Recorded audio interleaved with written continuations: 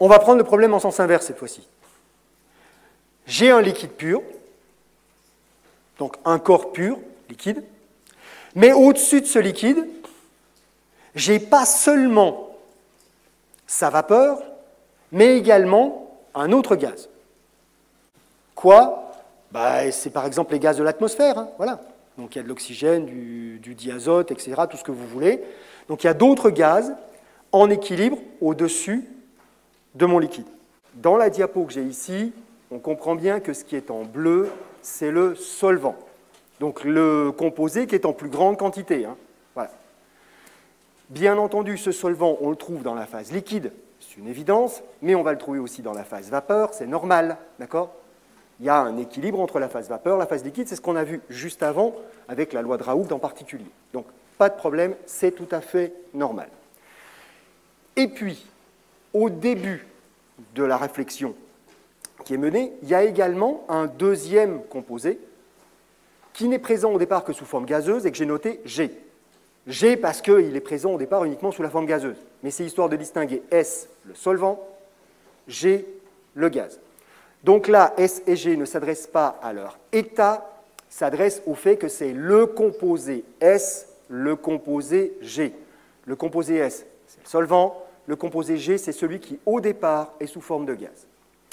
Ce composé qui est sous forme de gaz doit naturellement pouvoir atteindre la surface et éventuellement se disperser à l'intérieur du liquide. Pourquoi? Simplement statistiquement, il n'y a pas de raison qu'il ne vienne pas taper dans la surface et que de temps en temps, il ne rentre pas à l'intérieur. C'est juste de la statistique, ça, de la probabilité, ça peut se produire. À quelle vitesse est-ce qu'il va faire ça? À une vitesse qui est forcément proportionnelle à la quantité de molécules de gaz que l'on a dans cette phase gazeuse. Et cette quantité, elle est proportionnelle à la pression partielle en G dans la phase vapeur. P, G, V. Donc G, ça fait référence à la pression partielle de cette espèce-là, l'espèce G, et V, parce que c'est la pression dans la phase vapeur. En même temps, cette pression-là, elle ne peut pas être ailleurs. Mais au moins, j'espère que c'est plus clair. Donc plus cette pression partielle va être grande, plus on va avoir une vitesse de dissolution, d'accord, d'entrée des molécules de gaz dans la phase liquide qui va être importante. Et on est bien d'accord, une fois que ce gaz est dans la phase liquide, ce n'est plus un gaz, c'est une espèce qui est en solution, c'est donc un soluté. Maintenant, une fois qu'on a cette espèce G en solution, on a exactement la même situation que ce que l'on avait précédemment quand on a étudié la loi de Raoult. D'accord ? Plus il y a de molécules de cette espèce G dans la solution, plus il y en a à la surface, plus ces molécules ont des chances de repartir dans la phase gazeuse. On a donc une vitesse d'échappement, cette fois-ci donc de vaporisation, qui doit être, elle, proportionnelle à la proportion de molécules de l'espèce G dans la solution. Plus il y en a, plus ce sera rapide. D'accord? Et à un coefficient de vaporisation, le K que vous avez ici. On a donc X ici, c'est la fraction molaire de l'espèce G dans la phase liquide, dans la solution. Il arrivera fatalement un moment où ces deux vitesses, la vitesse de dissolution, de solubilisation, c'est pour ça qu'il y a un S, et la vitesse de vaporisation, cette espèce G repart dans la phase vapeur, où elles vont s'égaler. Elles vont être égales l'une à l'autre. C'est-à-dire qu'on atteint un état d'équilibre. Et donc, on en tire de fait qu'il y a une relation de proportionnalité stricte entre la pression partielle de cette espèce dans la phase vapeur et sa fraction molaire dans la phase liquide. Plus la pression partielle est grande, plus il y en aura solubilisé dans le liquide, plus il y en a de solubilisé dans le liquide, plus la pression partielle correspondante sera importante. Il est bien entendu que ce que je viens de dire là, ce n'est vrai que si on est à l'équilibre. D'accord? Les deux vitesses se sont égalisées. Si on est à l'équilibre, il y a une proportionnalité stricte entre les deux, que l'on peut écrire comme ça. Mais comme on a ici deux constantes, enfin des constantes, oui et non, puisqu'on avait vu ensemble que la température influe beaucoup sur ces vitesses d'échappement et de réintégration, puisqu'il y a une agitation qui est plus importante. Hein. En agitant plus, de fait, on doit favoriser les échanges. Ces deux pseudo-constantes que sont Ks et Kv, d'ailleurs, en fait, j'ai fait une erreur de frappe, encore une fois, donc c'est Kv, hein. Ks et Kv, vous corrigez. On peut les résumer sous la forme d'une seule constante, d'accord? Puisque le produit de deux constantes, c'est supposé être des constantes. Et vous prenez bien le terme de constante ici par constant à une température donnée. Si on change la température, cette valeur de K va changer. Eh bien, ce que vous avez là, c'est la loi de Henry. La loi de Henry, elle dit simplement que quand on a un soluté présent dans une solution à une fraction molaire donnée, ce soluté doit être en équilibre de manière proportionnée avec sa pression partielle dans la phase vapeur. Si c'est un gaz, c'est ce qu'on vient de faire. Mais ça pourrait très bien ne pas être un gaz à la base, puisque à une certaine température, tous les composés qui sont liquides finissent par devenir des gaz. D'accord ? Donc j'avais pris un gaz au départ pour le raisonnement, mais on pourrait très bien imaginer que c'est n'importe quel soluté qui soit volatile que l'on mette à la place. Ce que l'on a écrit sous forme de fraction molaire, si vous avez bien écouté le premier cours, on doit pouvoir l'écrire en concentration, puisqu'une fraction molaire, c'est juste une expression de la concentration. Et que la concentration, on peut l'exprimer de plein de formes différentes.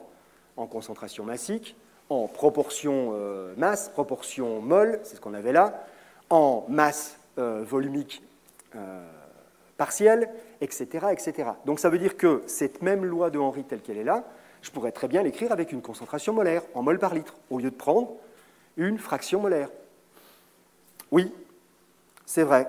Et c'est la raison pour laquelle cette loi de Henry, qu'on peut écrire sous cette forme-là, donc avec une concentration molaire, on peut l'écrire également de toutes ces manières-là.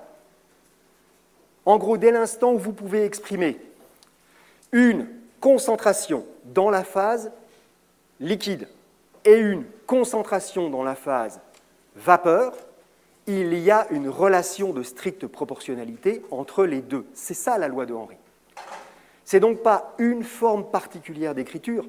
La loi de Henry, c'est la proportionnalité de la concentration dans la phase vapeur avec la concentration dans la phase liquide. Donc, autant de manières de l'écrire qu'on peut faire de combinaisons entre les différentes manières d'exprimer une concentration.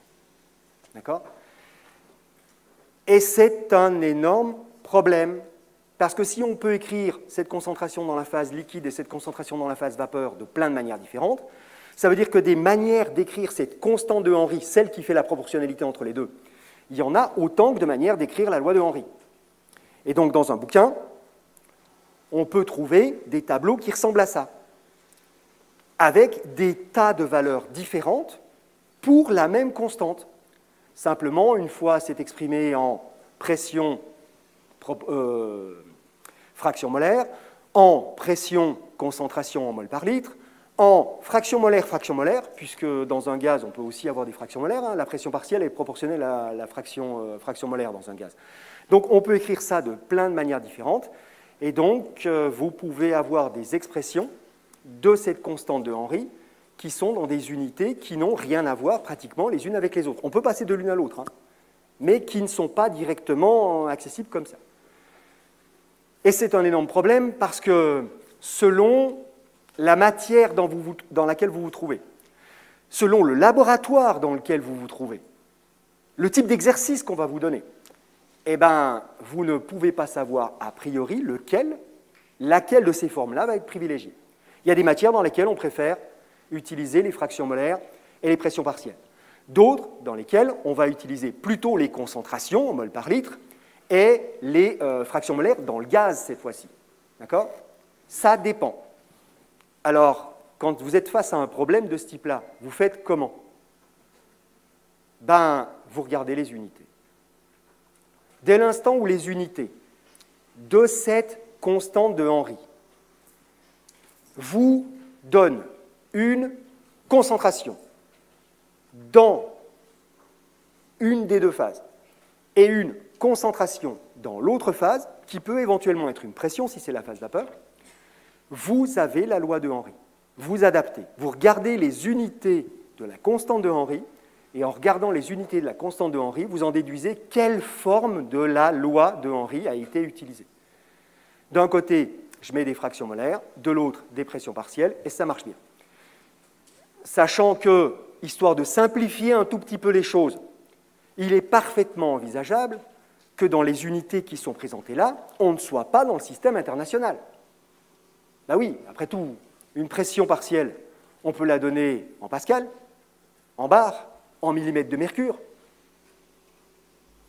Donc, on peut très bien voir apparaître là des millimètres de mercure. Voilà. Et vous devez savoir que les millimètres de mercure, c'est une unité de pression.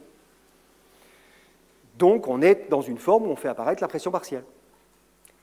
Quant à la concentration dans la phase liquide, ça peut être absolument n'importe quoi. Vous avez vu le nombre de manières d'exprimer la concentration que j'ai fait dans le cours? Je ne les ai même pas comptées, mais ça devait en faire au moins une bonne dizaine, si ce n'était pas plus, je crois, quelque chose comme ça. Et bien voilà, ça peut être un titre, ça peut être une concentration molaire, ça peut être une fraction molaire, en mol, en volume ou en n'importe quoi. Ça dépend. OK? Donc, vous adaptez. Et histoire de rendre les choses peut-être à peine plus claires, je crois que je m'étais arrêté sur ça. Quelle est la concentration à l'équilibre en dioxygène dans l'eau à 25 degrés? C'est le même système, hein. Vous connectez vos téléphones, d'accord? Donc la même adresse que d'habitude, le même numéro de téléphone. Si vous aviez utilisé les SMS, le numéro de téléphone, vous l'avez déjà dans votre téléphone. D'accord? Donc c'est un chiffre qui est demandé là. Un chiffre. Et comme vous ne pouvez pas envoyer des puissances, le chiffre, vous le mettez... là, je l'ai demandé, et bien, il me semble que c'est en atmosphère. Vous envoyez une réponse vous faites le calcul avec des atmosphères, donc vous allez obtenir des mols par litre.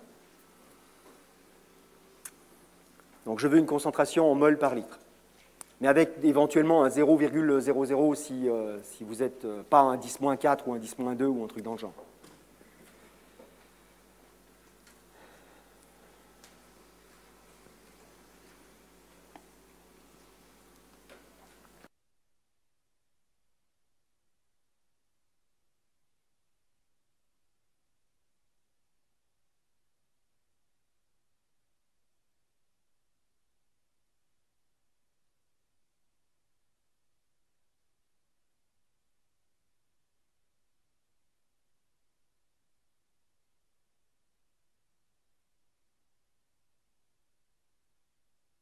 Voilà, je vous laisse répondre tranquillement.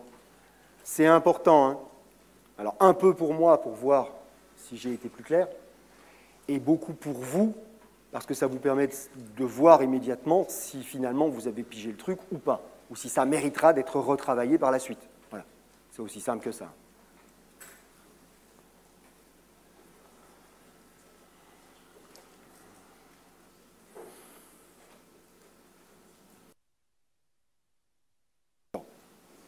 Je vais avancer, on regarde ce que vous avez répondu.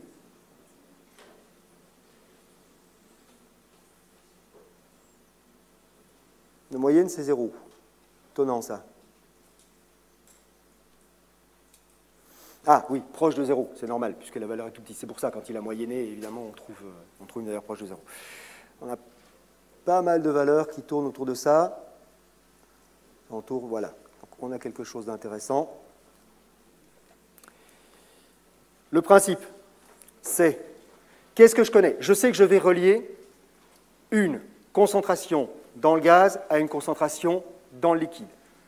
Sous quelle forme je connais? Je cherche la concentration dans le liquide, on est d'accord. Sous quelle forme je connais la concentration dans le gaz? Dans le gaz, ce que j'en sais, c'est que c'est de l'air.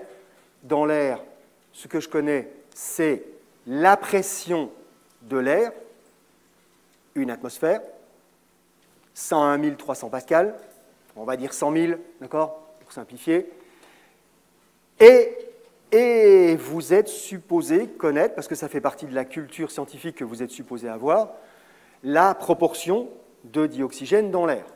On a déjà parlé un petit peu, ok, aux alentours de 20-21%. On va dire 21, d'accord?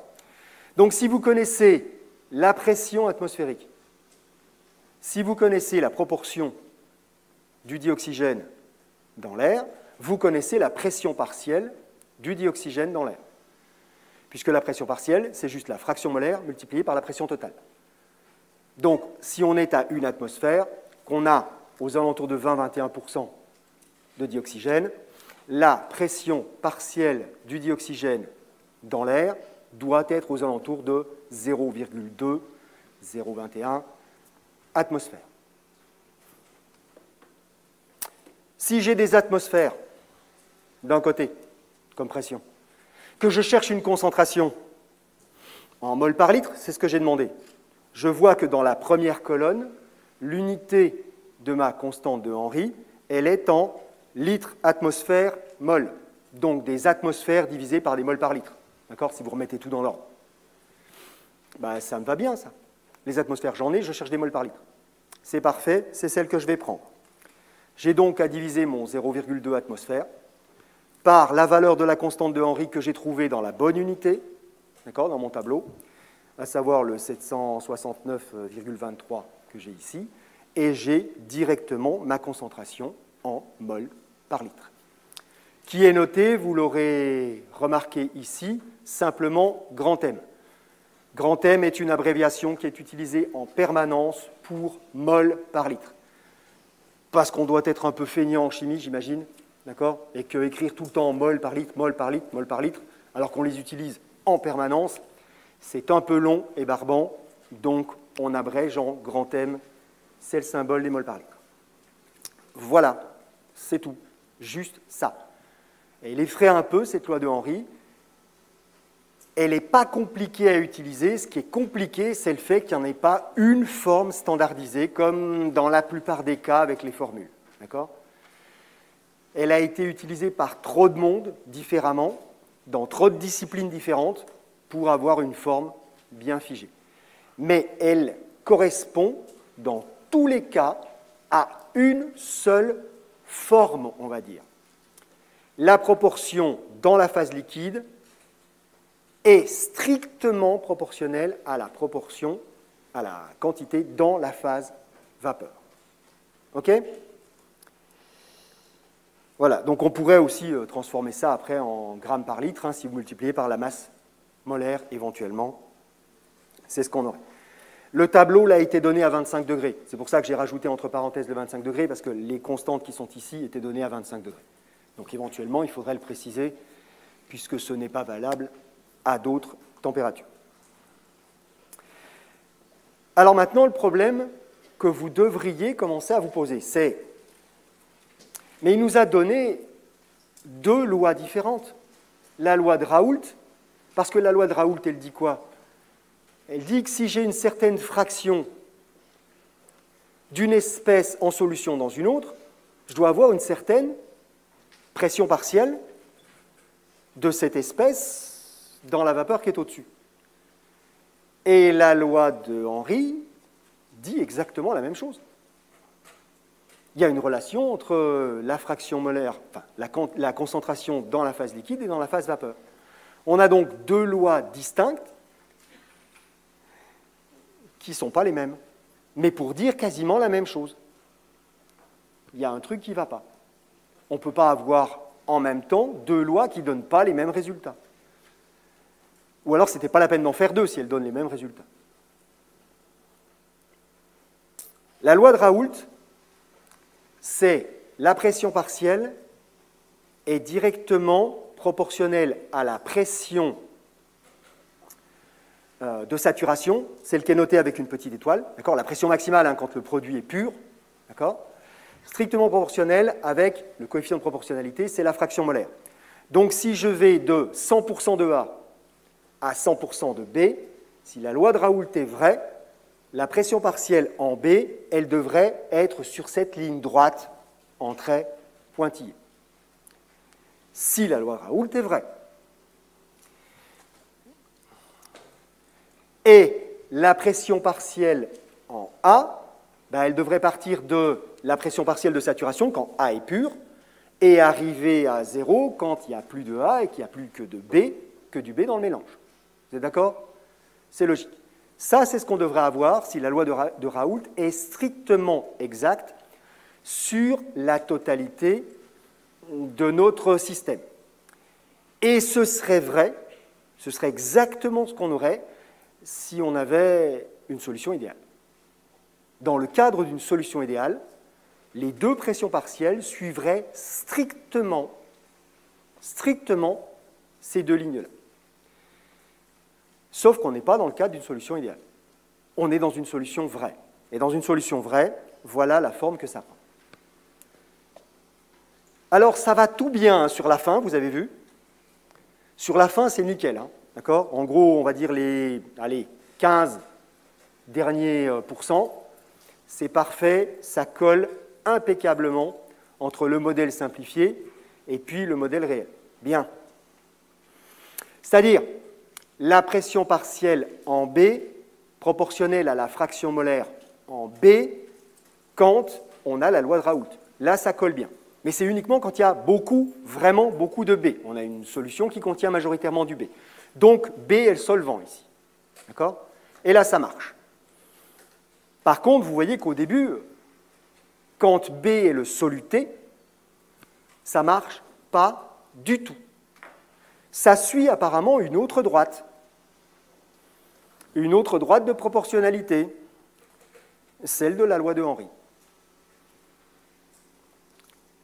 La loi de Raoult, elle est vraie quand on considère le solvant. La loi de Henry, elle est vraie, elle marche bien quand on considère le soluté. On le voit bien ici. D'accord? Et quand on est entre les deux, eh bien, quand on est entre les deux, il n'y en a aucune des deux qui fonctionne correctement. Parce qu'on n'est pas dans une solution idéale à ce moment-là. Donc ici, la solution est idéale pour A. Ici, la solution est idéale pour B. Entre les deux, la solution n'est pas idéale. Et si je rajoute également la courbe pour A, vous voyez que donc, je vais résumer sur le côté. Ça, c'est la pression totale, mais on s'en fiche. La loi de Raoult est vraie